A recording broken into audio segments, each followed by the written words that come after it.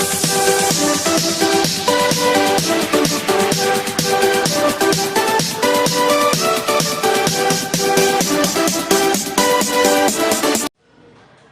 વિદ્યાર્થીઓ, હું છું બનેરી શાહ અને આજે આપણે ગણિતની અંદર ચેપ્ટર નંબર 6 ની અંદર સૌથી અગત્યનો પ્રમેય ભણીશું.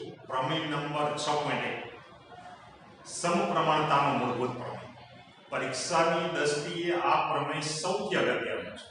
એટલે જો વિડીયો તમે શરૂઆતથી અંત સુધી જોશો તો આ પ્રમેય તમને 100% અત્યારે આવડી જશે.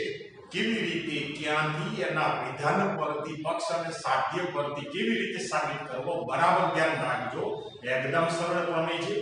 જોઈને તમને કદાચ મોટો પ્રમેય લાગશે, પણ સામાન્ય સમજૂતી આકૃતિ દ્વારા તમે સમજશો તો અત્યારે તમને પ્રમેય આવી જશે. એકદમ સરળ પ્રમેય છે. તો આ પ્રમેય પરીક્ષાની અંદર તમને પ્રમેય 6.1 તરીકે ન પૂછે. પરીક્ષાની અંદર મોટે ભાગે આ વિધાન તમને કામ એમ આપેલું હશે કે સમપ્રમાણતાનું મૂળભૂત પ્રમેય લખો અને સાબિત કરો. તો ત્યારે તમારે એનું વિધાન લખવું પડશે. અથવા તમને પૂછે કે થેલ્સનું પ્રમેય, થેલ્સ નામના ગણિતશાસ્ત્રી આ પ્રમેયની સાબિતી આપી છે, એટલે થેલ્સના પ્રમેય તરીકે પણ ઓળખાય. જો તમને વિધાન આપેલું હોય તો તમારે વિધાન લખવાનું નથી, પણ જો તમને કહેવામાં આવે કે સમપ્રમાણતાનું મૂળભૂત પ્રમેય લખો અને સાબિત કરો, તો ત્યારે સૌથી પહેલા તમારે એ સમપ્રમાણતાના મૂળભૂત પ્રમેયનું વિધાન લખવું પડે.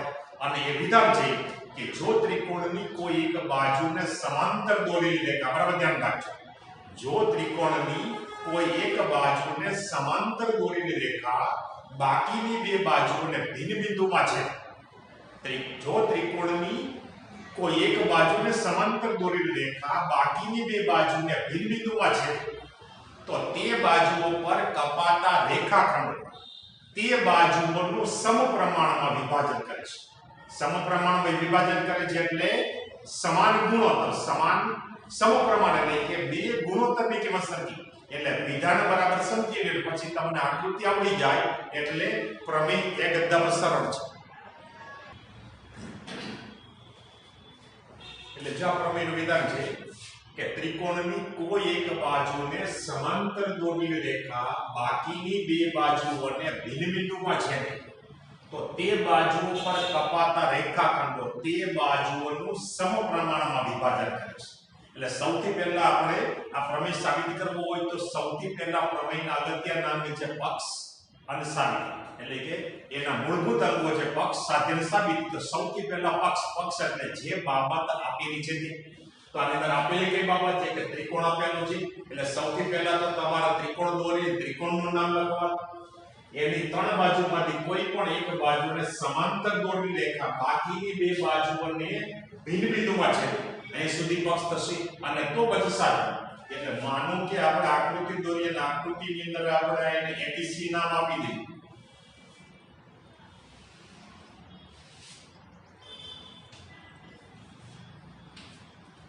તો આ ત્રિકોણ ABC.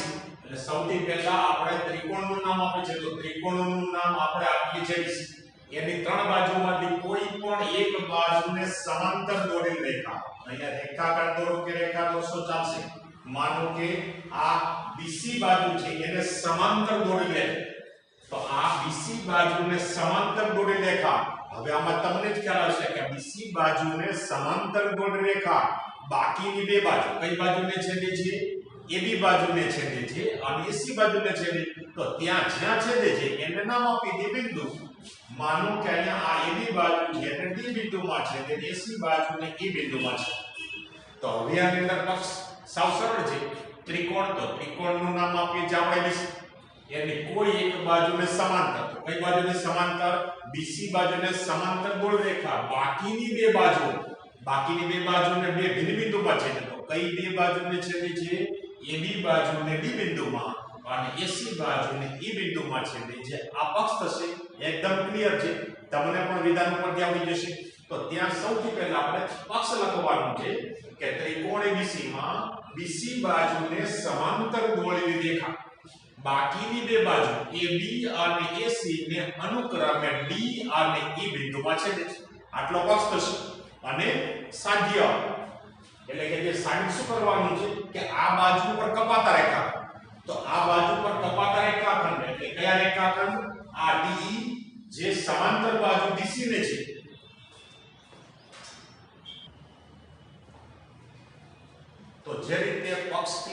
થશે એ જ રીતે આપણે સાધ્ય કે સાધ્ય શું છે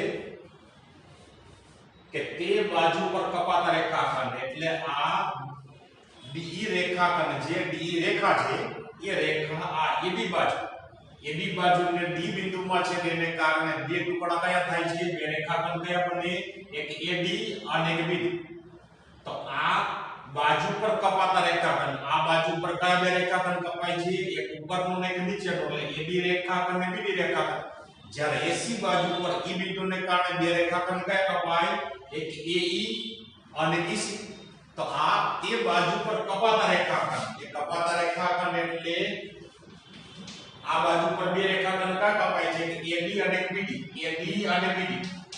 તો આ બે રેખાખંડ કપાય છે એડી અને બીડી અને આ બાજુ પર કયા બે રેખાખંડ કપાય છે એઈ અને ઈસી તો હવે ત્યાં એ કપાતા રેખાખંડો છે તે બાજુઓનું સમપ્રમાણમાં એટલે કે સરખું પ્રમાણ એટલે કે બે ગુણોત્તર સરખા ગુણોત્તરને ભાગાકાર એટલે કે આ એડી એના છેદમાં બીડી મૂકી અને આ એઈ એના છેદમાં એસી મૂકીએ તો આ બે ગુણોત્તર સરખા એટલે સમપ્રમાણ થશે એને આપણે વારંવાર આપણે એના પર નજર કરવાની છે કે આપણે અહીંયા લખીએ એડી ના છેદમાં બીડી એના બરાબર એઈ એના છેદમાં એસી એટલે કે તે બે બાજુ પર કપાતા રેખાખંડ એટલે આ બાજુ પર બે રેખાખંડ કપાય છે એક એડી અને એક બીડી આ બાજુ પર આ બે રેખાખંડ કપાય છે એઈ અને ઈસી તો એનું સમાન બે બાજુઓનું સમપ્રમાણમાં વિભાજન કરે કે આ ગુણોત્તર સમાન થાય એટલે કે બંને વચ્ચે બરાબર મૂકી દઈએ ભાગાકાર સરખું એટલે સમપ્રમાણમાં વિભાજન કરે છે તો હવે આ રીતે સાબિતી ત્યાં શી હોય કેલ્સન નામના ગણિતશાસ્ત્રી આની સાબિતી જે ત્રિકોણના ક્ષેત્રફળ લઈએ ત્રિકોણના ક્ષેત્રફળનો ઉપયોગ કરે અને ત્રિકોણનું ક્ષેત્રફળ કેવી રીતે મેળવવું તમને ખ્યાલ છે ત્રિકોણનું ક્ષેત્રફળ મેળવવું હોય તો એનું સૂત્ર થાય 1/2 ગુણ્યા પાયો ગુણ્યા તો હવે આપણે આ જે સાધ્ય છે એ સાધ્ય નજર સમક્ષ રાખી અને આપણે એની સાબિતી આપવાની સૌથી પહેલા આપણે જોઈએ આ એબી અને બીડી તો આ એબી ક્યાં આવે છે આ ત્રિકોણ છે એની અંદર એબી એટલે કે એને આપણે પાયા તરીકે લેવાનું છે હવે જો પાયો હોય તો ભેદની જરૂર પડે તો હવે આ એબી ત્રિકોણ છે તો એબી ત્રિકોણ એની સાથે આ બીડી બાજુ એટલે કે નીચેની બાજુ તો સૌથી પહેલા તો આપણે એબી તો આ એબી આપણે પાયાની જરૂર પડે તો એના પર આપણે ભેદ દોરવો હવે આપણે આની અંદર એ ભેદ દોરવાનો છે તો આની અંદર આપણે અહીં આ ભેદ દોરીએ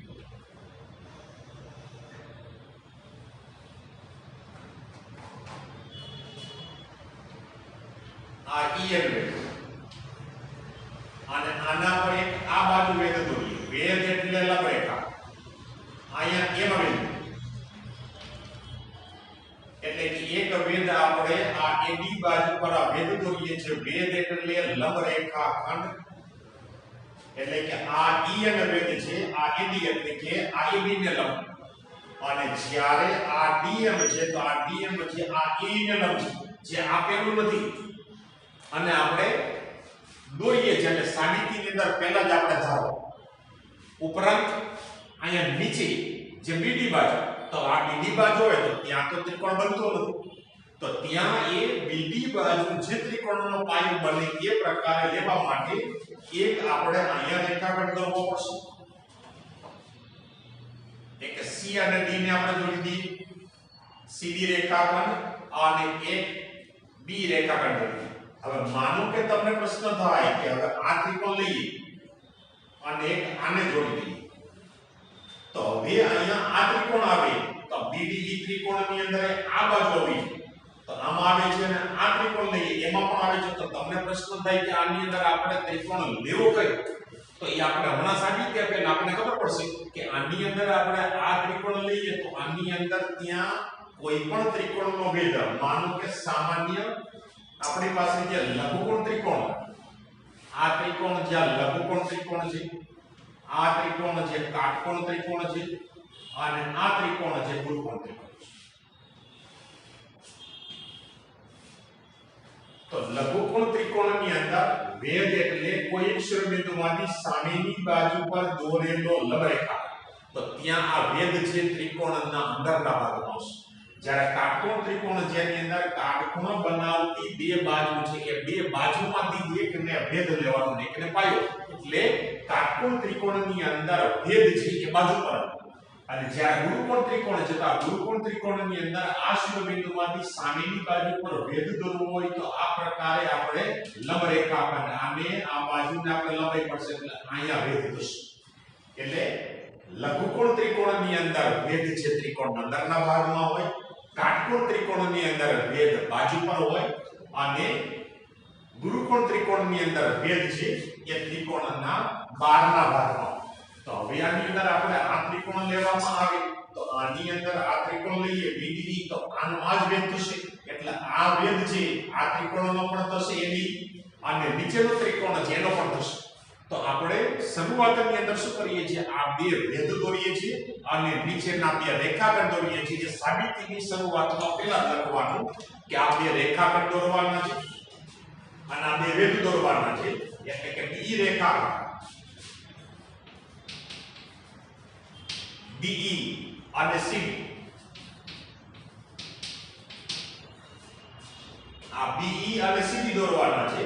ઉપરાંત અહીંયા આ ભેદ એટલે કે આ DM છે આ DM કોને લંબ છે DM લંબ AE અથવા તો AC આપણે બે માટે લઈએ છીએ આપણે AC લઈએ એટલે કે DM આ DM કોને લંબ દોરીએ છીએ AC DM લંબ AC. ઉપરાંત આ ભેદ લઈએ EN તો EN કોને AD અથવા તો AD એટલે કે EN લંબ AD. આ સૌથી પહેલા દોરો તો તેના કોણ ધારો કે BE અને CD દોરવાના છે અને DM લંબ આધારીએ છે કે DM લંબ AC અને EN લંબ AB. શરૂઆતમાં આ આપેલું નથી એટલે આપણે આ ધારવાનું છે દોરવાનું છે.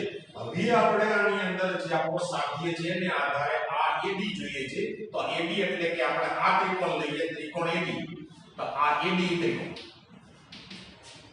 એટલે કે આ ઉપરનો ત્રિકોણ આ બાજુમાં સાઈડમાં દોરું છું ADE. એની અંદર પહેલા આપણે આ બાજુનો ભેદ લઈએ છીએ તો ભેદ અહીંયા છે EN. તો હવે આની અંદર ત્રિકોણનું ક્ષેત્રફળ એટલે 1/2 ગુણ્યા પાયો ગુણ્યા બે. તો આ ABE એટલે 1/2 એને ગુણ્યા પાયો કયો લેવાનો છે AD અને એને ગુણ્યા બે. તો ભેદ કયો દોર્યો છે EN. એટલે આમાંથી જોઈને તમારે લખવાનું છે કઈ નથી એકદમ સરળ. પહેલા આપણે AD જોઈએ છે તો AD પાયો આવે એવો ત્રિકોણ એટલે ઉપરનો ત્રિકોણ એટલે કે ત્રિકોણ AD. તો આ AD ત્રિકોણની અંદર આપણે AD પાયો લેવો હોય તો ભેદ કયો લેવો પડે EN લેવો પડે. તો 1/2 એને ગુણ્યા પાયો એને ગુણ્યા બે અને એની સાથે આ BD બાજુ આ ત્રિકોણ લેવાનો છે ત્રિકોણ BD. જો ખાલી આપણે AD લખીએ AD એટલે અગાઉ પણ આપણે ભણી ગયા કે ADE એટલે ત્રિકોણ AD નું ક્ષેત્રફળ. આખો શબ્દ તમારે ન લખવો હોય માત્ર ADE લખો એટલે ત્રિકોણ ADE નું ક્ષેત્રફળ થશે. એની સાથે આપણે AD ની સાથે BD બાજુ લેવાની છે તો આ BD બાજુ એટલે આ ત્રિકોણ લેવો પડે ત્રિકોણ BDE એટલે આ BDE નું ક્ષેત્રફળ. આપણે પહેલા AD લીધું હવે આ BD. તો આ BD ત્રિકોણ છે તો એની અંદર આ પ્રકારના ત્રિકોણ છે.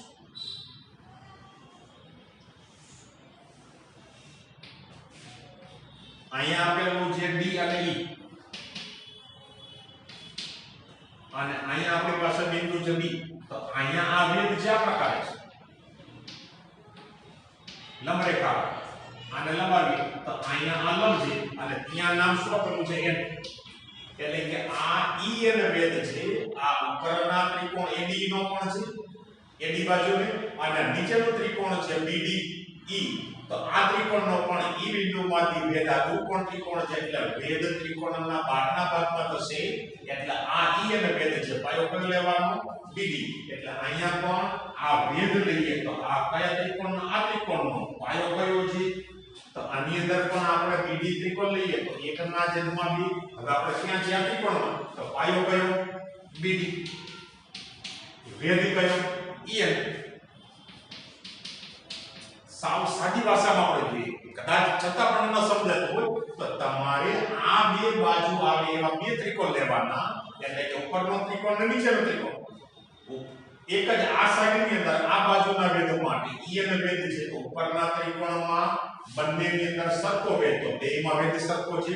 ઉપરના ત્રિકોણમાં ઉપરની બાજુ પાયો, નીચેના ત્રિકોણમાં નીચેની બાજુ. એકદમ સરળ છે, આકૃતિ દ્વારા પણ સમજો તો પણ સરળ છે. તો હવે આની અંદર હવે આપણને AD અને BD મળી ગયું. હવે આમાં આપણે શું કરવાનું છે? આ બંનેનો ભાગાકાર, ભાગાકાર એટલે ગુણોત્તર. તો અહીંયા આપણી પાસે આ બે પરિણામ છે, આ બંને પરિણામનો આપણે ભાગાકાર કરી નાખીએ એટલે એકદમ સરળ છે. તો ત્યાં બંનેનો ભાગાકાર એટલે કે બંનેનો ગુણોત્તર લઈએ. તો અહીંયા આ ADE ભાગ્યા BD એના બરાબર થાય આ બંનેનો ભાગાકાર 1 ના છેદમાં 2 ગુણ્યા AD ગુણ્યા EF, અને અહીંયા એના છેદમાં મૂકી દે 1 ના છેદમાં 2 ગુણ્યા BD ગુણ્યા EF. આમાંથી જોઈને એમને એકદમ સરળ જાય. 1 ના છેદમાં 2 ઉડી જશે અને EF ઉડી જશે. તો અહીંયા મળશે આપણને અંશમાં મળે AD અને છેદમાં મળે BD.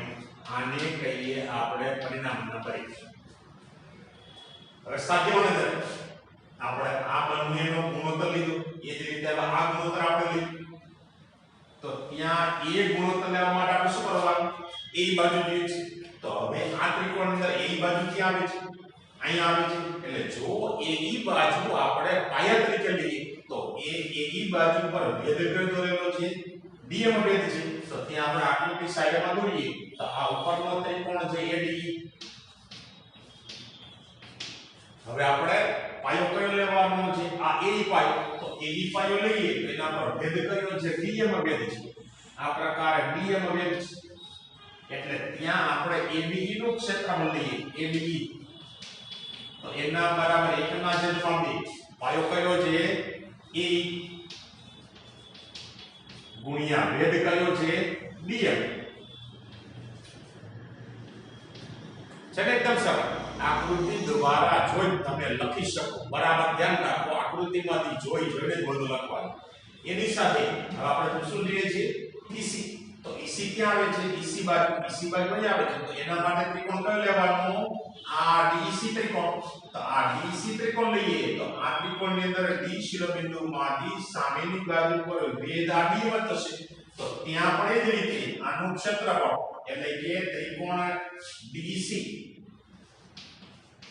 DEC બરાબર 1 ના છેદમાં 2 એને ગુણ્યા પાયો, એટલે કે અહીંયા જે આ ત્રિકોણ બને અહીં સાઈડમાં તમે જુઓ તો આ ત્રિકોણ બને છે.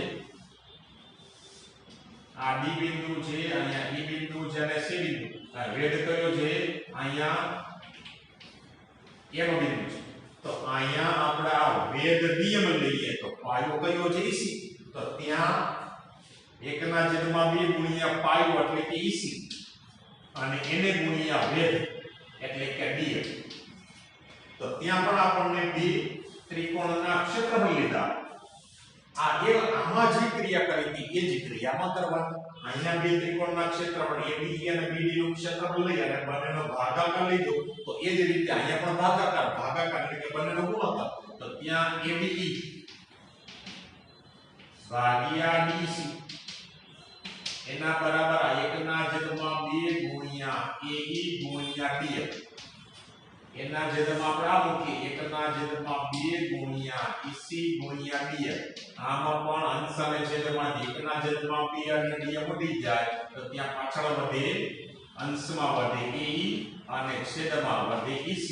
આને કહીએ આપણે પરિણામ નંબર 2. હવે જો તમે જુઓ AD ના છેદમાં BD મળી, AE ના છેદમાં EC મળી. હવે આ બંને સમાન છે. આ બે ગુણોત્તર સરખા જે સાબિત કરવું છે. તો આ સરખા સાબિત કરવા માટે શું કરવું પડે?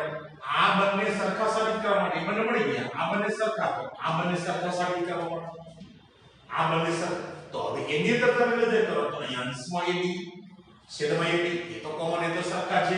તો છેદની અંદર બે જુદા છે, BDE અને બીસી એટલે કે આ બે જો ત્રિકોણના ક્ષેત્રફળ સરખા આપણે કોઈ પણ રીતે સાબિત કરી દઈએ તો આ ગુણોત્તર ને આ ગુણોત્તર સરખા આ બંને સરખા થાય તો આ બંને સરખા સાબિત કરી શકાય અને ત્યાં આપણો પ્રમેય પૂરો થાય તો અહીંયા આપણે આ BDE અને BC હવે આ બે ત્રિકોણ જો આપણે જોઈએ જે નવમાં તમે વિધાન ભણી ગયા કે જ્યારે બે સમાંતર રેખા આપેલી હોય અને બે સમાંતર રેખાની અંદર એક જ પાયા એટલે કે સમાન પાયા પર આવેલા બે ત્રિકોણ હોય તો એ બે ત્રિકોણ સમક્ષેત્ર હોય એટલે કે બંને ત્રિકોણનું ક્ષેત્રફળ સરખું અહીંયા BDE એટલે કયો ત્રિકોણ આ ત્રિકોણ તો છે BDE અને અહીંયા DEC એટલે કે આ DEC આ ત્રિકોણ તો છે તો આ બંનેનો કોમન પાયો કયો છે આ બંને ત્રિકોણની અંદર આ ત્રિકોણમાં આ DE બાજુ છે એને સમાન પાયો ગણવાનો એક જ પાયો અને ઈ આ બે સમાંતર રેખા કઈ બે સમાંતર રેખા આ BC અને DE આ બે સમાંતર રેખાઓ છે આ BC અને DE આ બે સમાંતર રેખાઓની વચ્ચે આ બે ત્રિકોણ આવેલા છે અને એ બંને ત્રિકોણનો એક બાજુ એક પાયો કોમન છે તો આવા બે ત્રિકોણના ક્ષેત્રફળ સરખા એટલે ત્યાં તમારે લખવાનું કે આ બંને ત્રિકોણ BDE અને ત્રિકોણ BC બંનેના જે છેદમાં છે અહીંયા BDE એટલે કે આ ત્રિકોણ BDE અને આ ત્રિકોણ BDE અને ત્રિકોણ BC એ સમાન પાયા બંનેનો સમાન પાયો કયો આ DE બાજુ આ સમાન પાયો છે એ સમાન પાયા DE પર અને સમાંતર રેખાની જો બે સમાંતર બાજુ એટલે DE અને BC આ D પાયા પર અને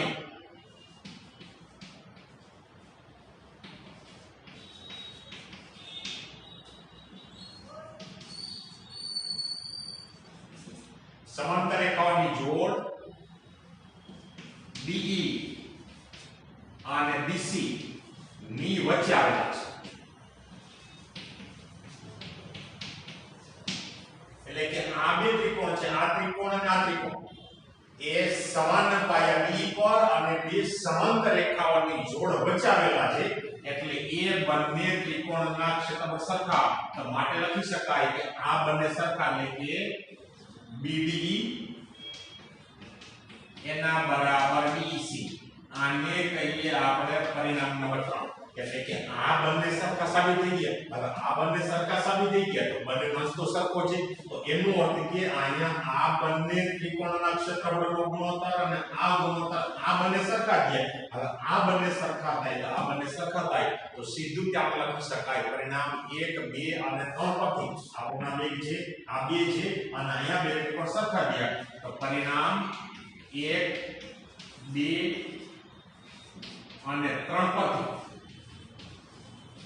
જે આપણે સાબિત કરવાનું તો આ બંને સરખા એટલે કે સાધ્ય AD એના છેદમાં BD અને એના બરાબર AE એના છેદમાં BC એકદમ સરળ પ્રમેય છે એકદમ સરળ ફરીથી આપણે સામાન્ય જોઈએ તો ખાસ કરીને જે આપણી પાસે સાધ્ય છે સાધ્ય એટલે કે AD ના છેદમાં BD અને AE ના છેદમાં BC તો અહીંયા આપણે ત્રિકોણના ક્ષેત્રફળને આધારે સાબિત કરવું છે તો સાધ્યની અંદર જે બાજુઓ છે કયા ત્રિકોણની અંદર અને ક્યાં પાયો આવે ધ્યાન રાખવાનું ફરીથી આપણે જોઈએ કે આપણા આ AD અને BD જે છે તો પહેલા ઉપરનો ત્રિકોણ એટલે કે AD ત્રિકોણ અને BD બાજુ નીચેના ત્રિકોણમાં આવે BD તો આ બંનેની અંદર સામાન્ય કઈ ખબર ન પડે તો આ બાજુ આ તરફ છે એટલે આ વેધ લેવાનો EN તો બંનેમાં વેધ EN લઈએ બંનેમાં EN ઉપરના ત્રિકોણની અંદર ઉપરની બાજુ નીચેના ત્રિકોણમાં નીચેની બાજુ કંઈ ન આવડતું તો આમ સામાન્ય સમજી યાદ રાખી શકો હવે આ બંનેનો ભાગાકાર કરી આ બે ઉડી જાય તો અહીંયા વધ AD ના છેદમાં BD હવે આ બાજુ જોઈએ તો આ બાજુનો વેધ DM વેધ તો DM વેધ આ ત્રિકોણમાં નીચેના ત્રિકોણમાં તો આ એક જ વેધ તો અહીંયા આ AE બાજુ કયા ત્રિકોણમાં આવે AD અને આ EC બાજુ કયા ત્રિકોણમાં આવે DEC માં તો એ બંનેના ક્ષેત્રફળ લઈ AD ત્રિકોણનું ક્ષેત્રફળ અને DEC ત્રિકોણનું ક્ષેત્રફળ બંનેમાં ભેદ આ બાજુનો એટલે કે BF છે. ઉપરના ત્રિકોણની અંદર ઉપરનો પાયો એટલે કે E, નીચેના ત્રિકોણમાં નીચેનો પાયો BC. અહીંયા પણ બંનેનો ભાગાકાર કરીએ એટલે આપણને E ના જે BC મળે. હવે આ બે આપણે સરખા સાબિત કરવા માટે આ સરખા સાબિત કરવા માટે તો અહીંયા અંશની અંદર બે કોમન છે. આ બે સરખા સાબિત કરી દીધા. કોના આધારે? આ બે સમાંતર રેખાઓની વચ્ચે બે ત્રિકોણ આપેલા છે સમાન પાયા પર એટલે એક ક્ષેત્રમાં સરખા થાય એને પરિણામ આપણે 3 કહીએ. તો પરિણામ 1 2 અને 3 પરથી સીધું આપણે સાબિત કરી શકાય કે આ સરખા છે. એકદમ સરળ પ્રમેય જે સમજીને તમે હજી ન સમજે તો એકવાર બરાબર જોજો. ક્યાંથી કેવી રીતે જવું એ યાદ રાખો અને આ સાધ્યને આધારે અને આ બધું તમે આકૃતિના આધારે સમજો તો પ્રમેય એકદમ સરળ છે અને આ પરીક્ષામાં સૌથી વધારેમાં વધારે પૂછવાની શક્યતા વાળો પ્રમેય છે. એટલે બરાબર યાદ રાખીને તમે સમજીને યાદ રાખશો તો આ પ્રમેય બરાબર આવડી જશે. તો 4 માર્ક અત્યારથી તમને મળી જશે. એકદમ સરળ પ્રમેય છે. જો આ વિડિયો તમને ગમ્યો હોય તો તમારા મિત્રોની અંદર પણ આ શેર કરજો કે જેથી એમને પણ આ પ્રમેયનો લાભ મળે. Thank you.